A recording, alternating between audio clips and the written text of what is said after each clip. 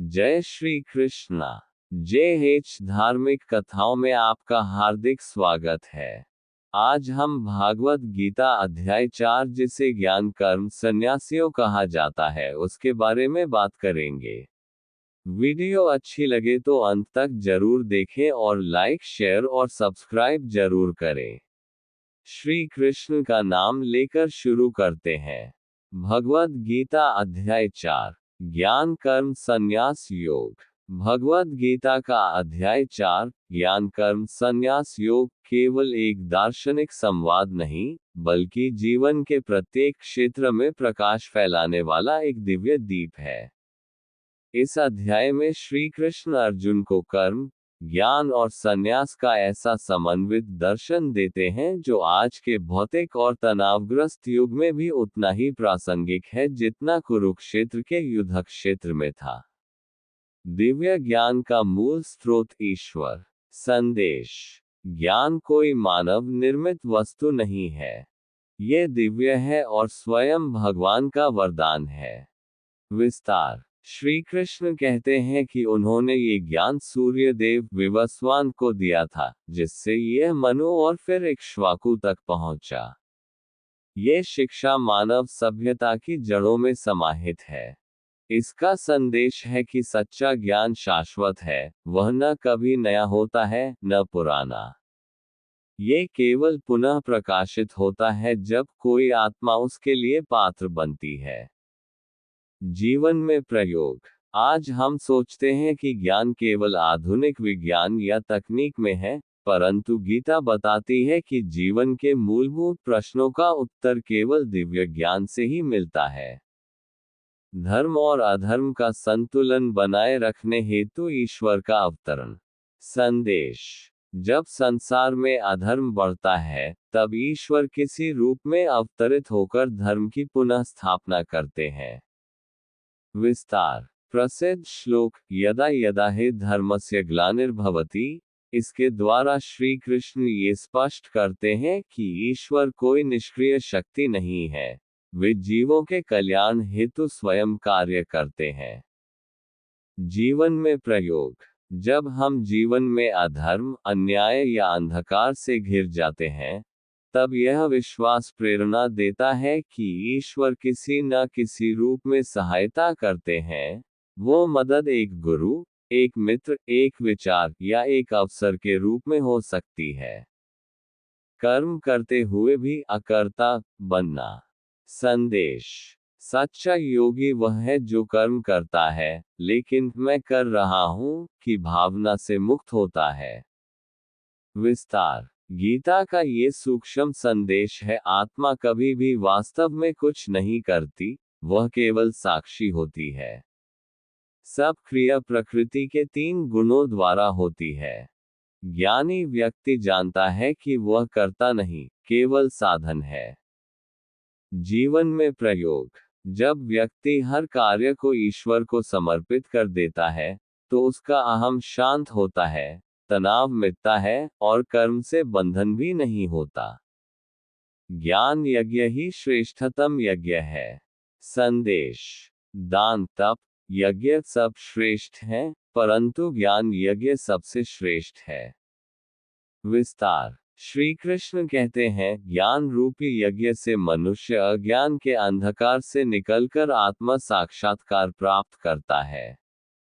जिस क्षण कोई व्यक्ति यह जानता है कि मैं शरीर नहीं, आत्मा हूं, वही क्षण उसका पुनर्जन्म होता है। जीवन में प्रयोग। वर्तमान युग में जहां बाह्य प्रदर्शन, कर्मकांड और रूढ़ियों का बोलबाला है, वहां ये संदेश हमें भीतर की यात्रा करने के लिए प्रेरित करता है। जब तक आत्मा के स्वरूप का बोध नहीं होता, तब तक कोई भी धार्मिक क्रिया पूर्ण फलदायक नहीं हो सकती। गुरु की आवश्यकता और श्रद्धा का महत्व। संदेश। बिना गुरु के ज्ञान प्राप्त नहीं हो सकता। श्रद्धा, सेवा और समर्पण ही सच्चे शिष्य की पहचान है।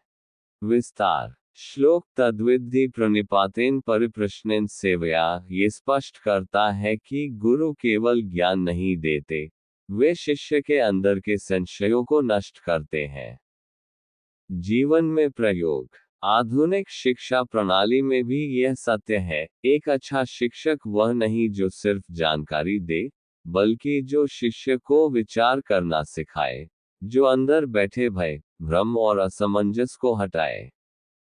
संशय, डाउट, आत्मा का विनाश करता है।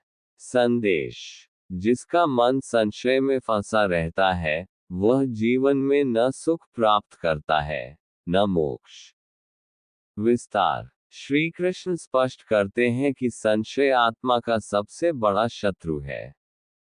यह न केवल निर्णय की शक्ति को नष्ट करता है, बल्कि आत्मविश्वास और भक्ति को भी समाप्त कर देता है।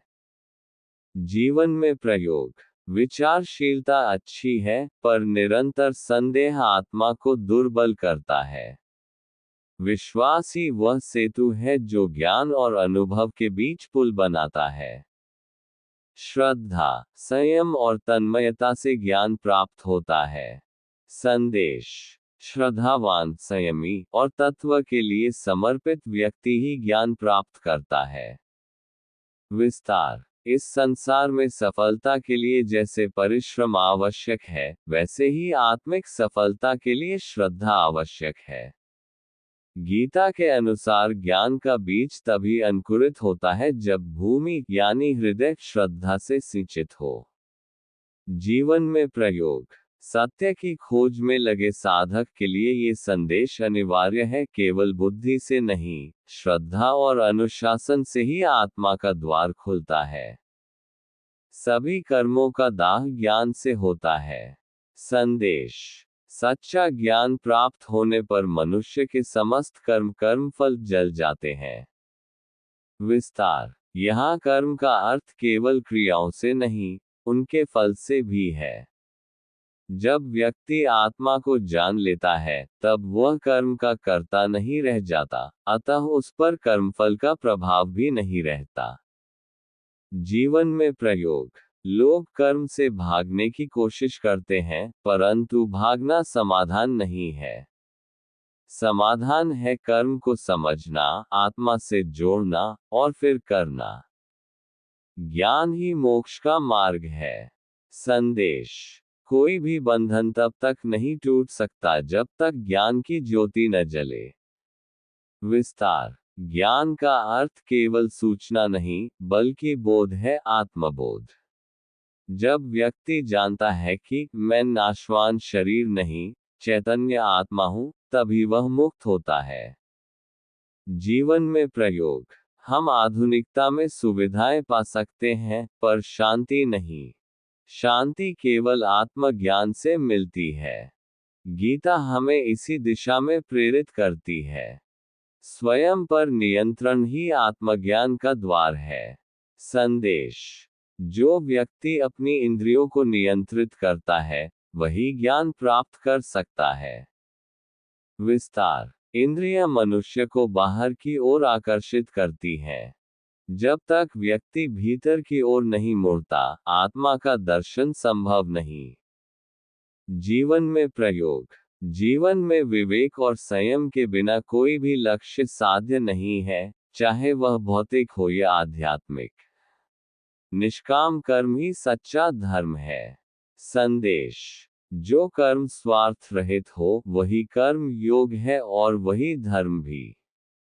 विस्तार। कर्म के साथ जुड़ा स्वार्थ ही बंधन का कारण बनता है।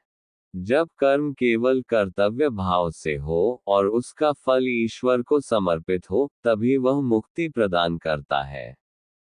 जीवन में प्रयोग। हम अक्सर कर्म इसलिए करते हैं कि हमें कुछ प्राप्त हो, परंतु गीता कहती है कर्म करो क्योंकि वह तुम्हारा धर्म है, न कि किसी फल की आशा में।